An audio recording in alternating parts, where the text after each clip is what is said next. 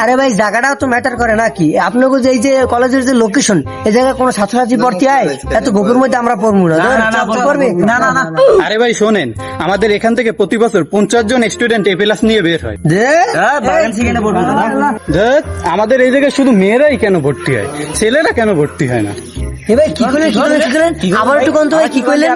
আরে ভাই আমাদের এই জায়গায় শুধু মেয়েরাই ভর্তি হয়, ছেলেরা ভর্তি হইতে চায় না। দাদা ফর্মটা দেন, ফর্মটা দেন। দাদা ফর্ম তো দিমু, কিন্তু এখানে একটা সমস্যা আছে। এখানে ছেলে মেয়ে তো একই হোস্টেলে থাকা লাগে। ফর্মটা দেন, ফর্মটা দেন। দাদা ফর্ম তো দিমু, এখানে আরো একটা সমস্যা আছে। এখানে ছেলে মেয়ে একই সাথে ক্লাস করা লাগে।